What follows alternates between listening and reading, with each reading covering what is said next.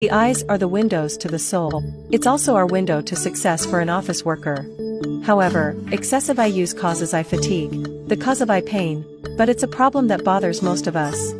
Eye pain due to excessive eye use. There are two main reasons. The first type is because of prolonged eye use. The eye nerves are in a state of tension for a long time, caused by a decrease in the nerve's own regulatory function. The second type is mainly due to excessive eye fatigue.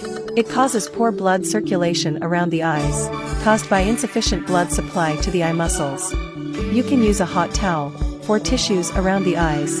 Apply a hot compress or massage muscles and acupuncture points in the tissues around the eyes to improve circulation, relieve symptoms of eye pain.